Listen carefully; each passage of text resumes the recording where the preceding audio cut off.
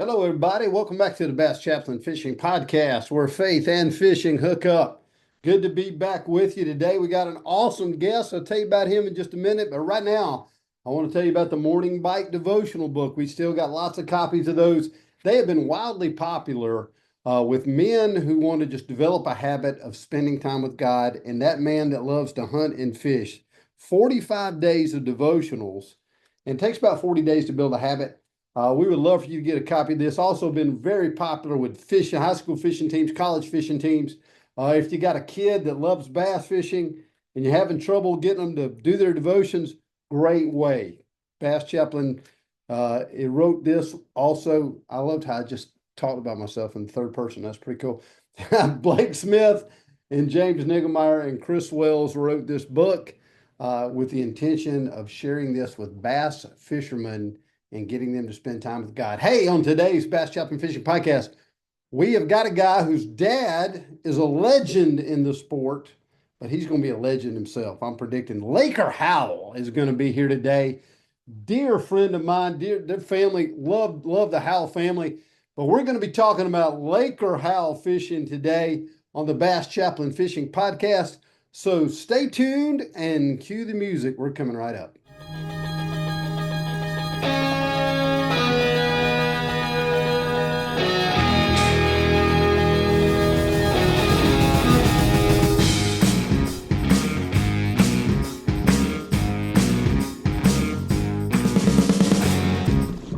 Gentlemen, welcome back to the Bass Chaplain Fishing Podcast. I have as my guest today, Laker Howell. Now listen, he's not only Laker Howell, he's Captain Laker Howell. He's got a dad. I can't remember who his dad's name is. I think he fishes or something like that. But we're going to talk about Laker today. Laker, how you doing, buddy? Man, I'm good. I appreciate you letting me be on the podcast with you. Man, it is easy to get on this podcast. This is the easiest one to do. This is the one everybody goes, man. Andrew Norby's like, he's like, man, I think I can do it in 2026 if you want to get me on there because maybe I'll get a few more followers by then. So, what's going on in your life, man? How's the fishing going? Man, fishing is going crazy. It's incredible here lately. Fishing, there ain't really a trail I'm not fishing at the moment, but I guess I'm a sucker for punishment. I like to travel around the country and drive too much and then get there and compete. I guess it's a little bit of a drug. Man, But tell us what trails you're fishing right now. Tell us what you're doing. So this season and last season, I've fished the entire trail of the Bassmaster Opens, which is a gauntlet. I mean, those Yeah. guys they don't miss. So fishing all of those this year. I'm in second in points in Division number one and Division two. I'm in 13th. So I mean, Mm. it's going good so far, but the point zero in those come September, and then we have the Bassmaster EQs, which is the top 100 in those. So I've still got three events left in that, plus the three regular seasons. So I got six left. I just wrapped up my last invitational event on the MLF invitationals. So I was fishing. I fished all those last year. I fished four of those this year, I think, Mm. and those are big purse tournaments as well. And then Toyotas, I fish four to five of those a year, trying to get into that championship. This past November, almost won that championship. Oh, Hayden Marbett really killed it at that one with that scope bite he was on, Yeah. but it was a really good finish there, and got to fish all those last year. So I think I was in 18 events last year, and this year I'm in 19 plus Man, the that's three incredible. finals. That's So incredible to think about that because I'll tell you, yesterday I took my boat out on Lake Kiowee and I did something for the first time in my life. I put the chair in the front and I sat in the chair. I felt like Bill Dance up there, man. It was like, I was like, you're getting old when you have to put the chair in the front when you can't even stand up all day. I usually don't even take the chair with me, but the I'm old man officially hit chair. old age, man. It's bad. Golly. Yeah, That's a rough yeah. schedule right there. Well, listen, you grew up in a fishing family, all right? Tell us about growing up in the Howell family. What was it like? Tell us your fishing journey. We want to hear that.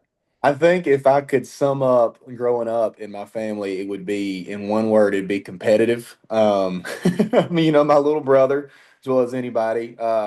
when we went fishing with you that time on I've got what a lake? picture for you. Hold on right here. Look at this right here. I don't know if folks can see that at home, but that's Yeah. you right there. And you just flipped up a good bass out there. Look how Yeah. small you were. I mean, I can't believe. And then your brother's in the background right there, and he's kind of going like this, trying to steal the show, doing the camera bomb there. So Yeah. that's a pretty good deal. Yeah, that was a fun day.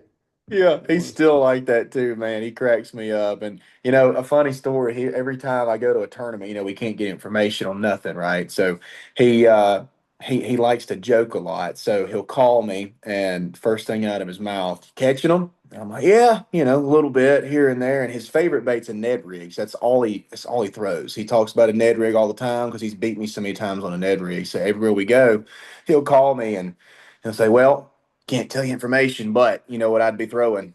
And I'd be like, yeah, I know what you'd be throwing. And he said, what would I be throwing? And I say it. And he's like, I didn't say it. You did. Might want to listen. I don't know. Might want to So, listen. Ned rig all the time. So you're growing up fishing, y'all yes. competitive.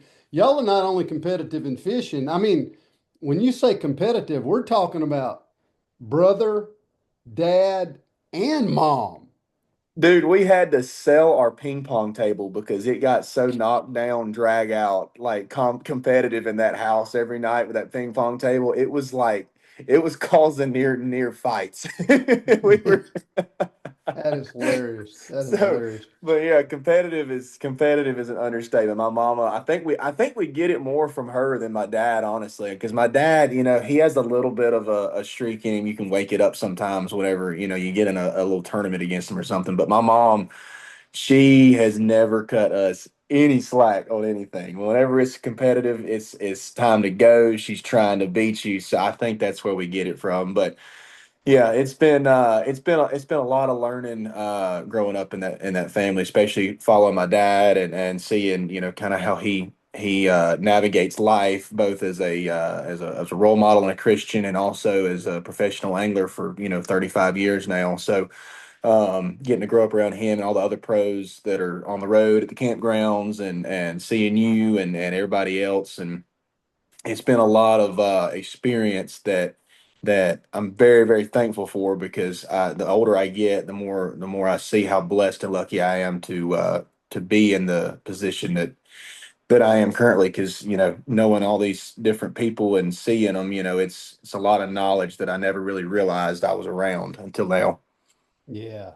Well, when you're growing up, following Bass Pros around. I mean, you're not just following them; you're there in it. I mean, I know a lot of times you guys would go to the tournaments, and what are some things that I mean? Did your dad did your dad push you to fish, or did it just kind of come naturally? He actually pushed me to not fish. Believe it or Wow. not. I guess he saw how bad the struggle was at the beginning, and I'm experiencing that, which a little bit is my fault because I'm fishing so many tournaments. I'm using up any amount of dollars I've got in my pocket to chase the game. But he actually encouraged both of us. My brother listened. I did not. I'm right here in the middle of it, but. Yeah, I guess the first, 5 years, he always jokes about how MasterCard and Visa were his two biggest Yeah. sponsors, and they were high Yeah. interest sponsors, is what he always says. And I didn't understand that until I started trying to do it, and you see how much you actually spend doing this. And I understand why he encouraged us not to do it. But I guess traveling around and having nothing to do except either play with sticks or fish off the bank at a campground kind of Yeah. kind of laid the foundation for want to be a fisherman. So Yeah, well, you guys, I remember you guys when you're just tiny, tiny, fishing around the campground and throwing around there. And it seems like there's a big group of kids. I mean, Alton Jones Jr., I remember, even Bill Lowen's kid's going to be a yeah, hammer, when he gets out there and fishes around. But, a lot of people think they have this glamour, uh, idea about what bass fishing is and what bass fishing for a living is, but they really don't know how hard it is uh, to yeah. make a living fishing. Can you speak to that a little bit? I can, and for before I say anything, I don't want anybody to think I'm complaining because I would not trade this life for the world. But yeah, I was actually funny. It's funny you actually asked that question. I was having a conversation 2 days ago driving back from upstate New York. I called one of the guys at Iowa. He runs the marketing department and stuff there, and I just said, boy, I could never do your job, just joking because he deals with so much paperwork and stuff. And he said, dude, he said, in all honesty, he said, I know you love what you do. He said, but nobody understands. He said, I would almost go as far as to say that being a professional fisherman is probably the most stressful and terrible job you can have in this life. He said, because you got all the pressure qualifying, you got to come up with money. You got to get on the water at daylight, get off at dark. You barely eat. You're on the road nonstop. You don't see your family. You're trying to catch a bass to make $1. And then on top of that, he said sponsors like me and everybody else that you got to keep happy or want you to do, videos and show up to shows and this and that. So you're getting dragged in all these directions. And everybody thinks, oh, you just get to fish every day for a living. It must be nice. Well, that's like 20% of it. The rest of it that nobody ever sees is the stressful and other side of it. And I mean, everything comes with a price in life, and if that's the price to fish, I'll pay it every day. But Wow. Yeah. it's definitely a side people That's don't see. really a good point that that you make. Fishermen are blessed to be able to get fish, but what you see in shows and what do you see like on TV, it's always the guys at the top. In Major League Fishing, it's the guys on the cut line and at the top. Yeah. But you don't ever see the guys that don't get checks. You don't ever see it. I get to see those guys. Those are the Yeah. guys, I have a buddy of mine that travels with me, and that's one of the first things I told him. I said, man, we're not here to celebrate with the winners. We're here to console the losers. And that's a tough deal, man. When you don't, I heard Mark Davis say one time, I always laugh when golfers talk about pressure. He said, Yeah. pressure is when there's 10 minutes left in the tournament and you got to catch a 5 pounder to win enough money to get home. And Yeah. so I was That's like, pressure. wow, That's true right there. that is, man. It's a tough sport, but you grew up in it and you got to see it. And not only did you get to see fishing modeled in front of you and how to do it, from a guy that's at the top, a legend in the sport. You also got to see the Christian life modeled before you. So tell me how that affected your life. How did your faith come into your life? Man, I've got some awesome God stories, and not a whole. I don't get to share them with a whole lot of people because people think I'm crazy half the time. But Andrew Norby, as you mentioned a minute ago, he's kind of like my brother in Christ that I get to kind of share stuff with him, and my dad both, and especially growing up around my dad and watching such a strong, you know, Christian role model is the word I'm looking for. I don't know how I'll ever add up to half of what he is in his life because I mean he spoke at so many churches, he's saved so many people with the word of Christ and going to different places and you know I've gotten to speak a little bit, but it comes so naturally to him. So I guess, watching that in this life, it's a lot to live up to, but it's a good goal to have because, he always tells me you're going to be better than me one day. And boy, if that's true, God's got some big plans because that's some big shoes to fill, especially in the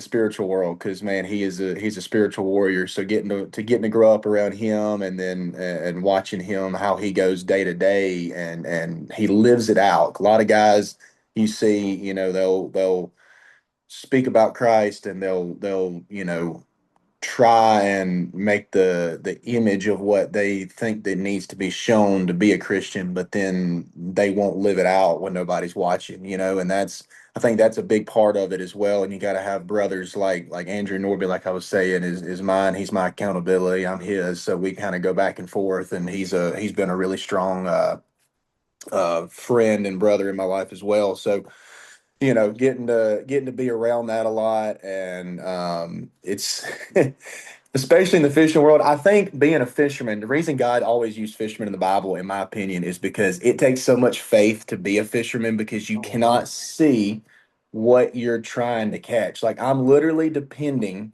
on my money coming from the idea that there's a bass on that stick right there that's going to bite my bait instead of anybody else's, and I'm going to be able to hook him and land him and take him in. And that's how fishermen in the Bible used to live as well. They use nets. It's a little bit different, but just like the story where Jesus comes out and tells them to cast their net on the other side of the boat.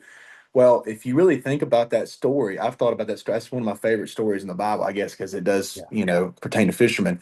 They've got their nets on one side of the boat. Well, a net is so big that it shouldn't matter what side of the boat it's on because that boat is only so wide, right? So when you break that down, Jesus tells them, throw your net on the other side of the boat. If somebody told a fisherman, throw your rod on the other side of the boat, after they haven't got a bite all day, they're going to think, oh my goodness, what is this guy talking about? I know what I'm doing. And then it took faith for them to do that. So they moved their net on the other side of the boat, and then the fish just showed up, and that just shows God's power. So I feel like in a rough way of how I just put that whole story, it's a lot cooler if you actually read the Man, story. Yeah. that's a good story. You got me thinking about that. What one of the things that I joke with Andy Montgomery a lot of times when he goes to a show, and Andy loves going to shows and he loves doing all this stuff, but he said, man, he said, people walk up to me and give me their resume and tell me how good of a fisherman they are every single time. And I know you experience that too. They always do that. And it's Yeah. always funny to me watching that when a guy's walking up to a pro and telling him, you ought to do this or you ought to do that. And I'm thinking in my mind, dude, you have no idea. And that's a great illustration that Jesus is telling a bunch of professional fishermen, Yeah. and they're acting like, hey, I know what I'm doing. And what they don't realize is that he created the fish. He Exactly. created, He created the fish. and so wow, that's a good one. Well, let's tell me a little bit about now. You got your captain's license. You're doing some guiding as well, and Yeah. you got out on Lake Gunnersville. Is that where you know? I do. I'll guide really. So I've kind of started this new thing. I really enjoy. I love taking anybody fishing, right? So I love guiding anybody. However, I really enjoy taking kids fishing. That's my favorite thing in the world to do because kids are like sponges, man. You get them out there on the water and they just want to learn nonstop. If you get somebody that's a little older, they may not really know as much as what they need to know. They don't really have a very open mind to learn. So sometimes you get out there and they don't catch as much because they won't really listen. But a kid, they don't question anything you do. They want to learn, they want to listen, they want to catch fish. So I really enjoy taking kids fishing and bestowing a love for the sport in young people and getting to see them grow in it. Like here recently, I've got one kid I've been guiding for 2 years now, and I'm telling you, if he's not on a tour one day, I am gonna be dead tomorrow. He is a dang hammer. It's Wow, incredible to see how amazing he really is. He's kind of got a little bit of a Aaron Martin's vibe to him, wow, somewhat. yeah, So I know I'm just counting my days until he shows up on a tour one day and he comes out and starts hammering us. But I really enjoy that because you see kids go to like, baseball training. I'm trying to do something more along the lines of fishing training for kids that want to actually be in the sport one day and try to, I guess, coach up with what little I know to the next generation to come up. So I've kind of narrowed down my pool of people that I've been guiding here recently. I still take trips that are random every once in a while just to yeah, get out there on the water a little more. But yeah, I've been guiding for 5 years now. My I got my captain's license as soon as I could. I got it at 18. wow.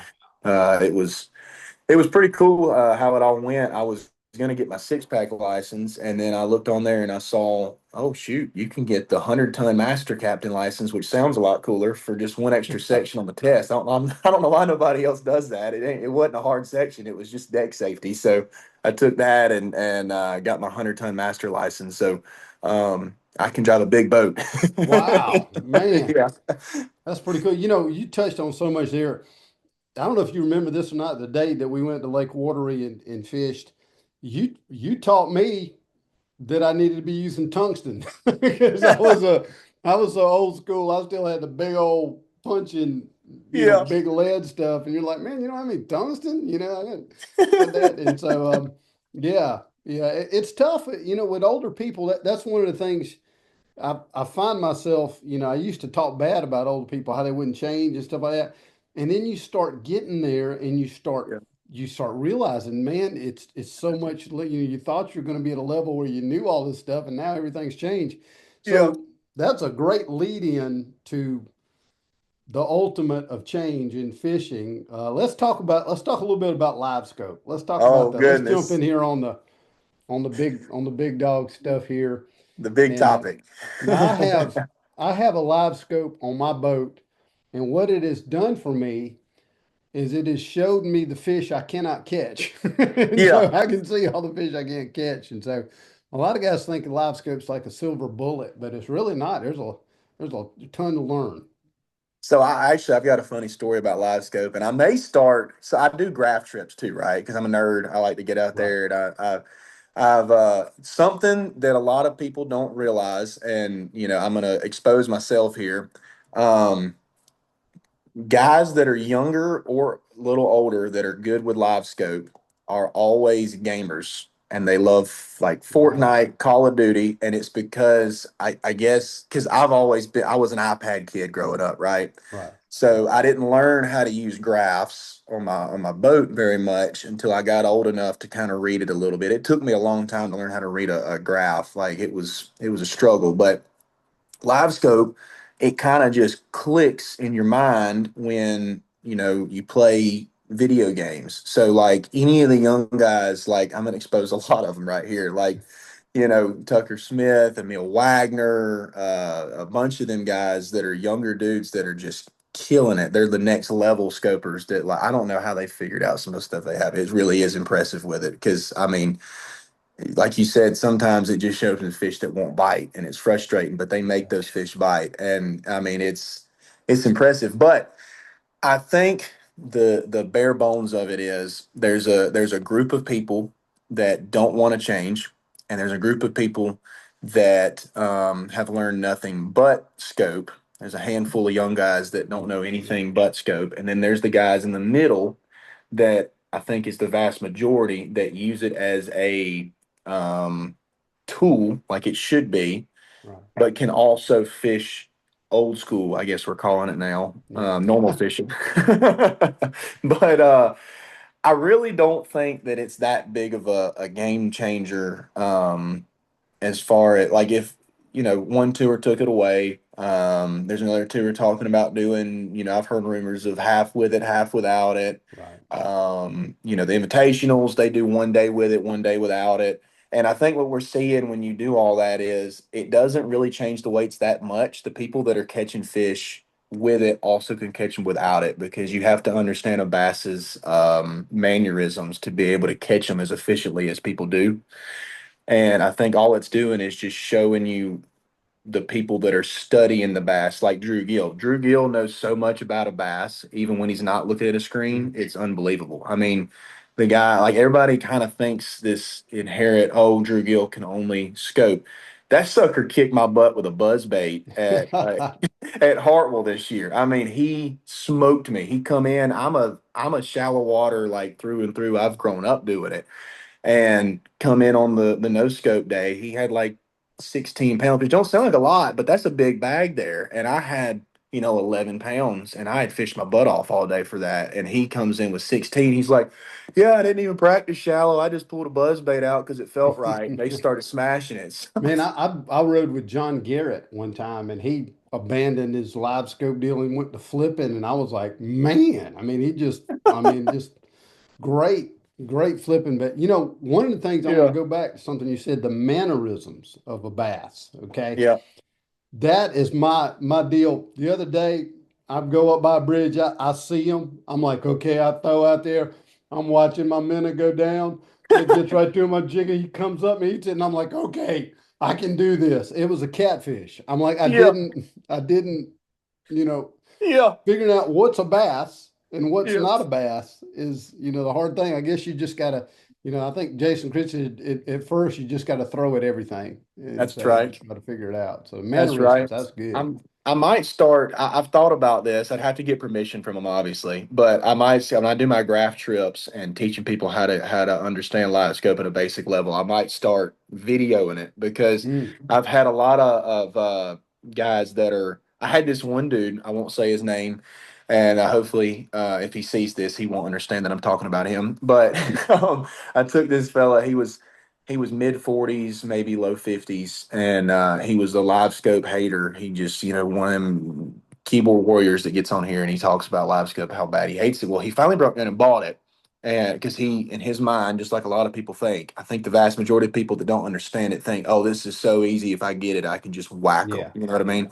So he gets on the boat with me. We go out, and I demonstrate pretty fast how to catch one on it because the bass were biting. It was a really good day of fishing. It wasn't because I was just that good with it. It was like, oh, they're chewing, right? Right. So I keep the fish on the screen. I'm just doing the basic stuff, and I watch my bait go to it. He eats it. So I say, all right, this is what I do every trip. I say, all right, you get on the trolling motor now. You're going to catch one doing it. I'm going to let you see your bait go to them. You're going to watch the fish. That's what your goal is right here. We spent the next 3 hours trying to get him to understand how to keep his bait on the screen as bright as the bass. And he finally got so frustrated at the end, he wasn't really talking a whole lot. And I was trying to encourage him and stuff and, everything. And at the end, he said, and trip was over. I said, well, I hope you learned a lot. He said, what I learned is this is not as easy as everybody thinks it is. And he's gotten better with it since. I actually saw him here recently, and he told me he started catching fish with it. But that was something that I feel like if all these people that really think that live scope is this silver bullet, like you said, if they got out there and played with it themselves and tried to do what a lot of these guys are doing with it, they would see it is an art to it. It really is. It's Yeah. incredible how Yeah. hard it is sometimes.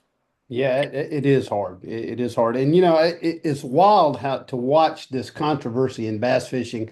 There hasn't been very many huge controversies. I mean, the only one I can think of, the Bush beer controversy back in the day when, Bush became a title sponsor and Yeah. guys left trails and stuff like that. That's the closest thing. But I mean, it is almost like in the Christian world, the Calvinist Arminians debate. I mean, it's just like bam, bam, everybody's picking sides, and you Yeah. gotta, as the chaplain, I'm kind of caught in the middle Yeah. of this, but I'm fascinated by learning new things, and that's really cool. And as I say that, I'm looking over here, and this is a Uh-oh. box from Alabama of 100 Zoom horny toads. I buy them 100 at a time, and so Oh, that's my only you know 99% of the time I'm looking at live scope 5 minutes and I'm picking up the toad, throwing the toad. So I I'm know pretty you'll locked never in. say it on here, but I'm gonna expose you real quick. This is the best horny toad fishing I've ever Oh fished with in man, my life. It's dude. incredible what you do with a horny toad. Well, man, I appreciate you saying that. For some reason I love it, and it's been a lot of fun to watch that bait. But talk Yeah. about your baits. If you had one technique that you're gonna your confidence technique, the one if okay you go to a lake and they're gonna hit your technique. What is your deal that you like to do? So obviously I like shallow fishing and stuff. I think if you really look at it, they did a MLF. Really, this is what got me into throwing it as much as I am. Before I even say what it is, MLF. I don't know when this was. It might have been 2, 3 years ago, something like that. You might remember it. They did a chart where they averaged out the amount of bass and the amount of top tens finished on each bait. Right. Hmm, So the second most caught fish on a bait in any event for the last like however many years they added up was a jackhammer. hmm, And hmm. when I saw that, I thought, well, shoot, I like a jackhammer, but I didn't have as much confidence in it then as I do now. I have got I've got a 10-pound box of jackhammers that Wow. I just accrue like you with horny toads. I've got a deep box with 8 bays in it from Busby, and it is slap full of jackhammers of all different colors. And everywhere I go in the country, I don't care where I go, I have won more money on a jackhammer with a Zaco on the back of it than anything else. That's my confidence bait. I can, without sounding cocky, I feel like in my mind I can catch a bass on a jackhammer in a mud puddle. I mean, you can go Wow. anywhere in the Wow. country with it. And I'm not sponsored by them. I spend all my money on those things. That's how much confidence I got in it.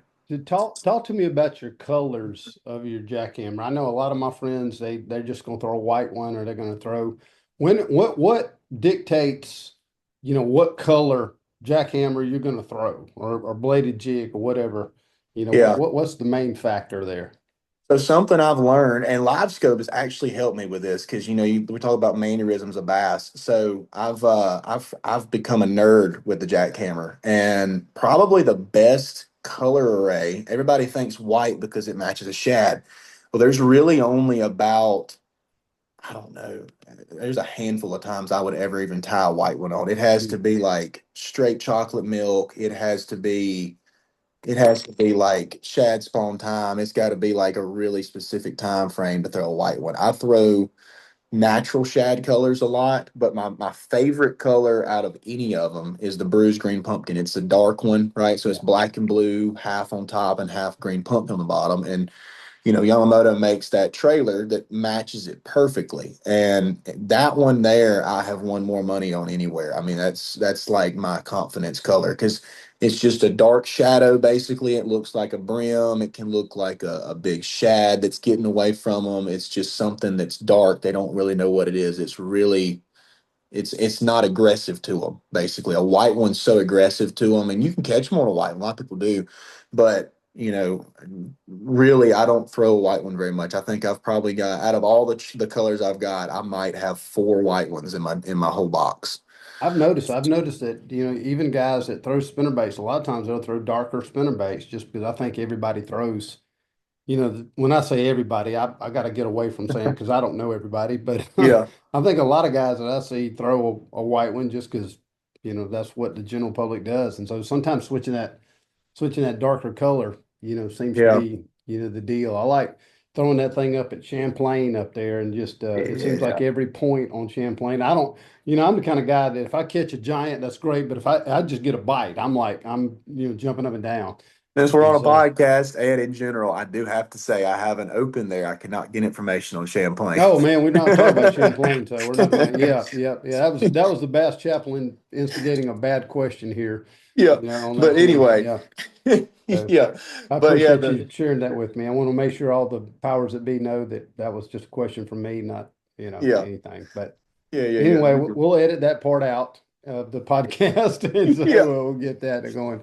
And take two. So talk to me about line on a jackhammer. What are your, is it the watercolor that dictates that, or do you just have a, straight up, I'm throwing it, Yeah. on this all the time? So number one, they're so expensive. I don't like to lose them, so I throw it on heavier line. I don't like losing my We jackhammer. know that your dad obviously doesn't like to lose baits too, and the squirrel technique on that log up there, that was he stole the show on that one. That I'll was send you a picture of his caller ID after we get off this podcast. It's actually an image of him from the back crawling across that log. Now, every time he calls me, that's his caller ID. it It's was funny, so but funny. Davey Hyde even said, "Man, he must love that bait." I mean, he that's like must love that buzz bait, yeah, man. yeah. That was if you had to narrow Randy Howell's just persona down to a nutshell. Yeah. Yeah, I'm not losing a bait. I'm going. Uh-uh. I'm not doing that. So. He don't lose a bait, man, ever. I guess I get that from him, but yeah, I throw gamma fluorocarbon. So it's a bigger diameter, right? So anything on gamma's lineup primarily is like two sizes bigger than what it says. So if it says 16, it's really like an 18 of anybody else's. So I like that bigger line. So like I throw 16 pretty much everywhere I go on it. If I downsize, it's because I'm throwing it in deeper water. I'll never downsize the line because of fish seeing it. I really am not a believer in that Yeah. myself. I've seen you see a lot of these guys throw like really really little line, and bed fishing has taught me a lot about fish on the bed. I throw 70-pound braid anywhere in the country and Yeah. catch them on a Wow. bed. So I don't think bass really are as line shy as people think they are because it just never really affected me. But And that's something that Dad has taught me as well. He don't really believe in fish seeing the line either. The only difference between the line size would be if you're in deeper water and you don't want the bow in your line. That's the only difference, Okay. in my mind. But the chatterbait deal though, I throw 16. I'll downsize to 14 if I want to get it a little bit deeper. But typically you can just slow it down or speed it up. And I throw exclusively a half ounce. I don't throw the 3/4; it's a little too Mm. big. The 3/8, it rides too high in the water column because if you watch the thing on the half ounce on scope already, if you reel it at a normal pace, everybody, you kind of think inherently, oh, it's half ounce, it's down there pretty far. That blade rises it. So on average, that bait stays in about 4 to 5 foot of water the entire time you're reeling it. So if you're in 8 and you're reeling at a normal pace, you're probably in 3 to 5 foot, and you know where the fish are at unless you're watching it. So the and also the blade color matters a lot too. Like if you're on a clear Mm. water lake, Yeah. they want that painted blade. If you're on a dirtier water place, I'll actually scrape the paint off my blade to make it Wow, and silver that's a and good stuff. tip. That's a good Yeah. tip right there. Yeah. Yeah, I've wondered about that. Now, tell me about the braid applications. I mean, it's I like what you said about catch them off a bed with braid. I mean, that's a lot of times we think, when I first started bed fishing, I was like throwing 8 pound line, trying to, Yeah. get him to bite. But yeah, Yeah. when are good. I know that braid's a non-stretch line. What about like buzz baits and stuff like that? Do you ever throw buzz baits on braid? Yeah, I throw if I'm throwing a top water, it's on braid. It don't matter what it is. It can be a spook, a popper, a buzz bait, a horny toad, even. I mean, especially a horny toad. You got to throw it out Yeah, on that. yeah, yeah. That was a Uh, big mistake early in my career. So, yeah. my career. Yeah, my career of Yeah. the Tuesday night Kiwi Fishing League. Yeah, that's a. Hey, the hammer right there, man. You beat them boys like a drum with that thing too many Oh times. man, they put it on me pretty good last week. So, but Yeah. anyway, yeah. Well, man, I tell you, it's been fun to watch. It's fun to watch your family. It's fun to watch. I remember. I want to tell this story before we end this thing up. There was a time at Guntersville, we were having an elite shoes tournament down there, and your mom caught 18 pounds off the dock that day down there at the Guntersville State Park. Yeah. And I think she beat your dad that day. Yeah. It was just pretty good. She got him off the dock, throwing a lizard off the dock, 18 pounds. And so Hey, Rah Rah don't play, man. You I tell you don't what, mess with Rah Rah. it is She'll beat you. it has been so much fun. I'll tell you this story too. So when I pulled your dad's boat out to California the first time that I was the chaplain and went to California. And Yeah. so he was like, yeah, yeah, yeah, take my boat out. And so he was running like a fastest pro on the water wrap or something like that, deal. So I pull in, and this is a true story. I pull into a gas station, and dudes are just coming and running to the truck, stuff like that. And Yeah. the guy goes, Randy Howell, man, Randy Howell. He goes, man, you look a lot thinner on TV. That's what he told me, man. It was like, I was like, well, yeah. And so anyway, I was signing cards for him that day. I was like, I had a bunch of cards. Yeah. I'd sign his name, but I we've got had him. so much fun over the years, and he's some of my best friends in the world. But man, Yeah. so you've got a tournament coming up in July, and Yeah. you got one coming up there. Tell us if we want to follow you on social media. Hook us up with how to follow Laker Howell on social media. Yeah, so I'm super easy to find. I made it as generic as possible. It's just Laker Howell Fishing in one word across the board. Website, my guide page, Instagram, Facebook, all of them, anywhere. And I'm also on Fish Tips right now, so you want to find me on there and get some in-depth stuff. I post a lot on there as well, and it's a little cheaper than and a lot less time consuming than going out with me on the water. So if you want to, get some stuff that will definitely help you catch more fish, I'm on there as well. So yeah, across the board, Laker Howell fishing, and I try If to stay if on churches top of want to stuff. find you to come and speak at a wild game banquet or a sportsman's Yeah. banquet, stuff like that, you're available to do all of that as well. I am on my website. Actually, there's a spot that says book for a speaking event, so you can actually email me on there. And if the email I've had some issues with it. So if the email does not work, my phone number is on Instagram. It's very easy to find. You just hit contact and you can call me. I'm a caller. I don't I am text very too. I am good, but too. I'm a I'd caller. rather So deal with, people calling. Man, that is yeah, awesome. Dude, I tell you what, I'm so proud of you and so excited, about what God's doing in your life.